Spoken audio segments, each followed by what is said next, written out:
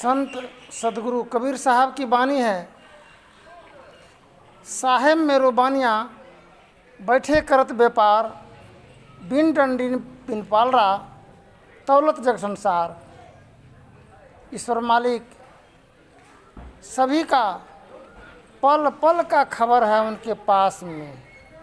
पाप और पुण्य, नेकी बदी का सब दिन का खबर होता है और लिखा जाता है।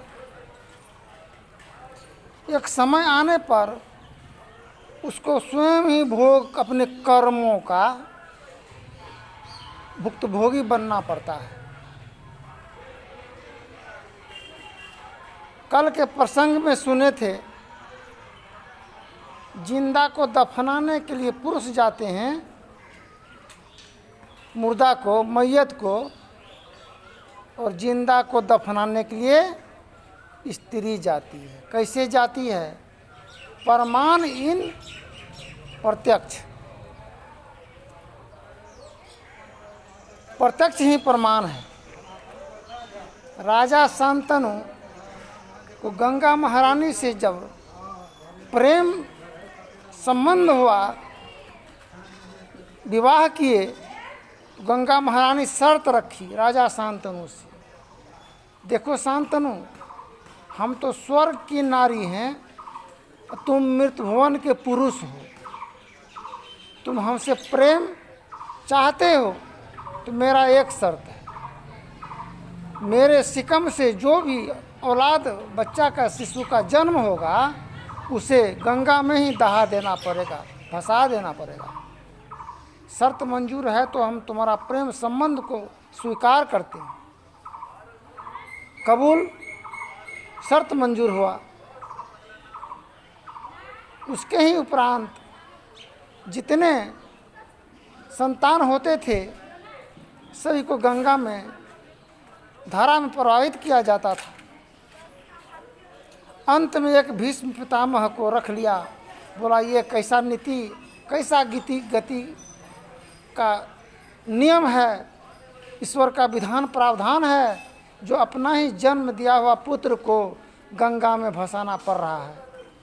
इस प्रकार तो हम निर्वंश ही रह जाएंगे, वंश का तो राजकाज में जरूरत है। भीष्म पितामह को रख लिया और गंगा महारानी फिर गंगा में प्रभावित हो गई, विलीन हो गई। आज अपने ही बच्चों को जन्म देकर हम लोग माता पिता अपने ही बच्चों को मिट्टी जिंदा ही दफना देते हैं, कब्र दे देते हैं। यही है दुख और परेशानी का जड़। अगर पूर्ण रूपेण दायित्व का निर्वाह नहीं करेंगे तो बाल बच्चों पर यह परेशानी की कहर टूट पड़ेगा। जिस प्रकार की कोरोना वायरस से हम लोग परेशान में पड़े हुए हैं, सरकार भी तबाह, जनजीवन अस्त व्यस्त है। आज किसी बाप को अगर बेटा का बदसलूकी का भंडाफोड़ हो जाए, पता लग जाए, ये धोखा का, छल का, हैवानियत का पर्दाफाश अगर हो जाए, तो बेटा बाप के नज़र से गिर जाएगा। और बाप का भी अगर हैवानियत का पर्दाफाश हो जाए तो मेरा बाप आज तक वेश्यावृत्ति किया, पर स्त्रीगामी रहा, जुआ शराब में तब्दील रहे, हम लोग स्कूल से जाने के लिए भी वंचित रहे, उच्च शिक्षा, सामाजिक शिक्षा दीक्षा नहीं मिला। आज मेरा भी जीवन दुश्वार जीना हो गया है। तो पिता से भी नफरत, आमना सामना जब पर्दाफाश हो जाता है तो अपने आप से नफरत पैदा होता है। इस नफरत को मिटाने के लिए हम लोग संत महात्माओं के दर्श परस में जाते हैं, मस्जिद में जाते हैं, जलसा मिलाद में जाते हैं, ताकि मन की कीना डाहा जलन दूर हो, मन पाक साक हो, दामन पवित्र हो। इसके लिए हम लोग यत्न और प्रयत्न करते हैं। जब नहीं ऐसा होने पर तो अपना ही जीवन अपना जहन्नम के समान लगने लगता है। सुंदर महल, सुंदर स्त्री, हर प्रकार की सभी, अपना रुआं भी बैरी बन जाता है। जिस प्रकार बैर खाने के लिए जब गाछ तर के करीब जाते हैं तो बैर में कांटा होता है, किंतु हमको फल की ज़रूरत है, कांटा का नहीं। इंसान कितना हो बुरा क्यों नहीं हो, कि इंसान कितना ही ईर्ष्या भरा हो, द्वेष भरा हो, किंतु हमको उसके करीब जाना चाहिए और उनके अंतर से गुण और ज्ञान लेना चाहिए। जिस प्रकार रावण कहा था कि हम सीढ़ी लगाएंगे आसमान में ताकि स्वर्ग चले जाएंगे, जीते जीवन हर प्राणी।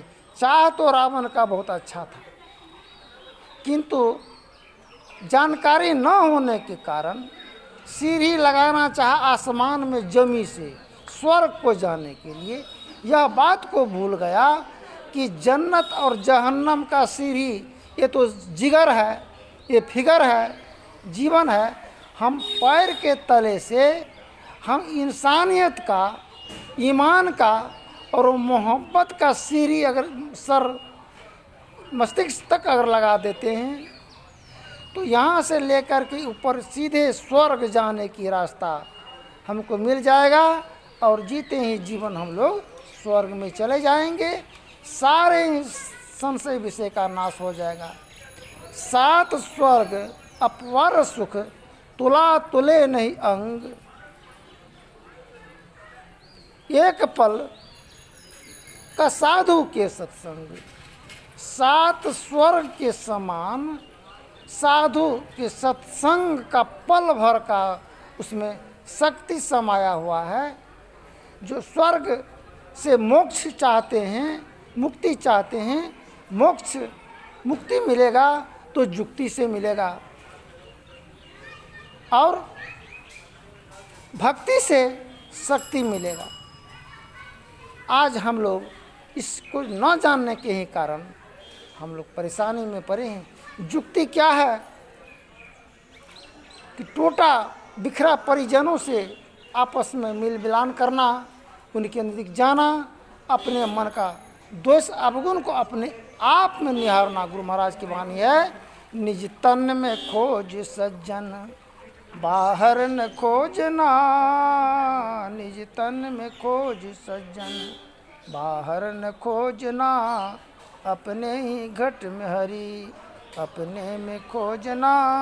फिर आगे के प्रसंग में बोलेंगे। धन्यवाद। जय हिंद, जय भारत।